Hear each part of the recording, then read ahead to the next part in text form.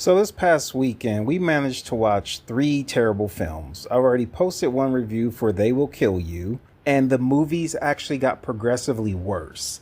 This movie Obsession, I don't know why so many people like this movie. I really don't. Elle said we've aged out of movies. I don't believe we've aged out of movies. I think we've aged out of a particular type of film, as particularly new horror films. There's just something about them that's not terrifying. It's not suspenseful. It's either going to just be super gory or just some shit I can't relate to. So this movie's about this dude named Baron. Everybody calls him Bear because I was so confused. Like, why are they calling this dude Bear? And he's in love with this girl named Nikki. They've been friends for a few years and he's in love with her. And he practices this long speech that he wants to give her about being in love with her. And it turns out it's with the waitress. And she's like, oh my God, that's so sweet. And his best friend named Ian, who's a total dick.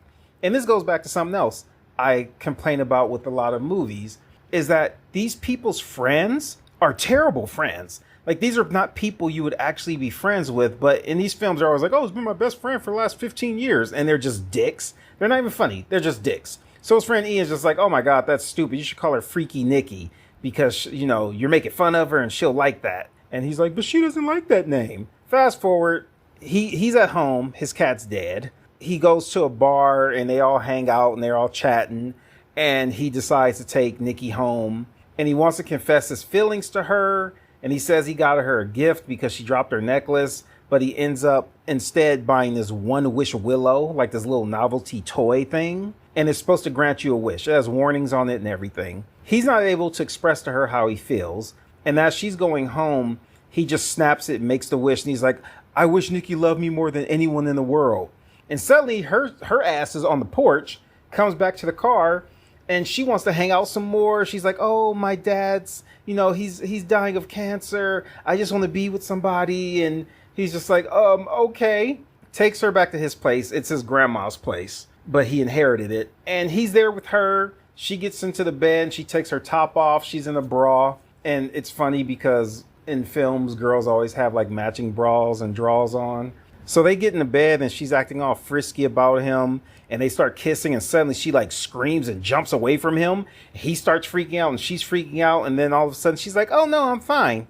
Everything's totally fine. The next day he wakes up. She has a whole ass memorial for the cat, the dead cat, in the middle of the kitchen with candles and everything all around it. He ends up telling his friend Ian about this stuff. And he's like, oh, maybe she took some drugs or something.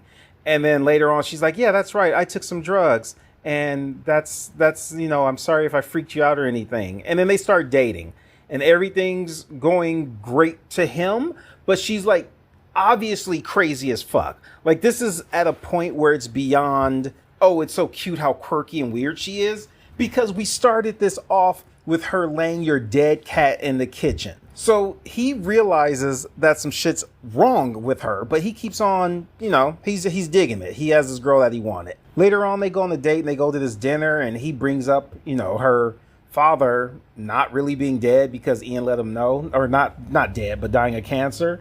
And Ian lets him know and he's just confronts her about it and she starts freaking the fuck out once again. He settles her down. Later that night, he's asleep and she's watching him from the corner of the room, hiding in the shadows like Batman, watching this dude sleep. And he's like, it's kind of freaking me out. And she's like, no, go back to sleep. I just want to watch you sleep. And it's just like, Jesus, he does. He goes back to sleep.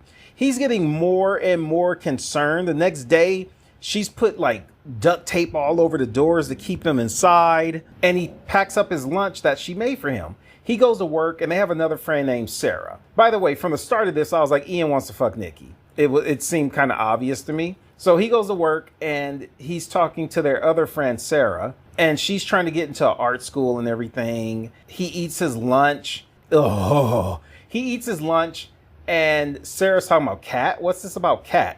It turns out she has turned his cat into a sandwich. He was sitting there yamming down on his kitty cat. So he goes back home. He's just like, you can't cook the cat. And she's like, oh, I'm sorry. At this point, this dude has already fucked this girl.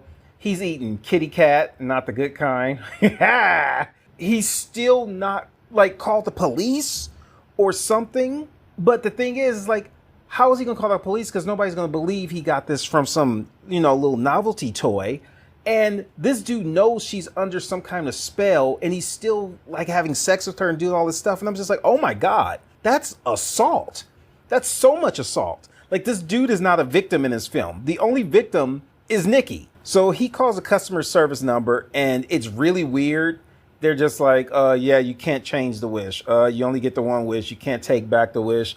And the guy on the phone knows it's about Nikki somehow. And he's like, you want to talk to her? And it's just Nikki screaming on the phone, like from the ether. I don't know where from. And he had left her at home all day. So she stood in the same spot all day, pissing and shitting on the floor and just smiling like when he left. And it's just like, dude, like, this isn't a thing where she's even scary now. Now you're scary. They go to a party. She acts like super jealous because she has this fucking curse on her. So Nikki, when she gets jealous about Sarah because Bear is supposed to kiss her during his drinking game, she starts freaking out after she gets her kiss and just starts smashing a bottle on her head. They try to take her to the hospital. She won't go, so he takes her back home. Sarah ends up texting him just like, meet with me at the park or I'm going to come there. So he sneaks out of bed, and as he's sneaking out, Nikki's asleep, but like the non-obsessed version of her is talking in her sleep just like, please kill me. Like, she's sleeping right now. You need to save me by killing me. Because the only way to break this curse, as the guy in the customer service thing told him, was either you need to kill yourself or she has to die. But you can kill yourself and she'll be free of your curse. And he's just like, nah, fuck that. I'm not going to do that. So he goes and meets up with Sarah, and they're looking at the letter of the school and whether she got accepted or not. And you can tell they're about to start kissing or something. And Sarah's like flirting with him. She's like, you know, you were supposed to kiss me during that game. Here comes Nikki, like a bat out of hell. She bursts through the window, grabs Sarah's head, and smashes her into the steering wheel till it's just a skeleton. She's like, you have to help me hide the body. So they do. He goes back to the shop and he's trying to buy some more of, you know, the little wish things. And the guy at the shop is the best part of this film, by the way. That's why this movie I am giving a 1 out of 10. Is just because that guy at the shop, because his reaction to Bear was so funny. So Bear goes over to his friend Ian's house and he's trying to explain to him how this whole thing works. And this friend, of course, doesn't believe him because it sounds insane. And then he's like, you just have to make a wish that, you know, Nikki never fell in love with me or something. So his friend Ian, his best friend, grabs it and says, I wish I had $1 billion. And all of a sudden money just starts raining from the ceiling. Bear ends up racing back home with he has one more wish willow left and he wants her to use it to, you know, make her, was he going to say, hey, girl who's obsessed with me and in love with me because of this damn curse, I want you to say that you are no longer in love with me? Like, that wasn't even going to work. He goes in there. Sarah's fucked up body's in there. Nikki's wearing her bloody clothes and has drawn tattoos on herself like the girl. She ends up taking a gun, which I can't even recall where she got a gun from. It's just waving it around. And all of a sudden, Ian shows up like, hey, I got money. And then she just shoots him dead. And it's like, why did you rush over to scream about having money? He was there when the money rained down from the ceiling, so he already knows. So Bear ends up getting the gun and races to the bathroom. And he's going to shoot himself in the head. And he's like, I can't quite do it. I can't do it. So he takes a bunch of pills. And all of a sudden, he hears a snap. And I guess it turns out Nikki made a wish that I wish Bear was obsessed and in love with me. So he starts smiling all stupid. He goes into the room and they're just sitting on the couch together, covered in blood and everything. And then he starts foaming at the mouth. He drops dead. The curse breaks. Nikki is just screaming her ass off during the credits. That's the end of the movie.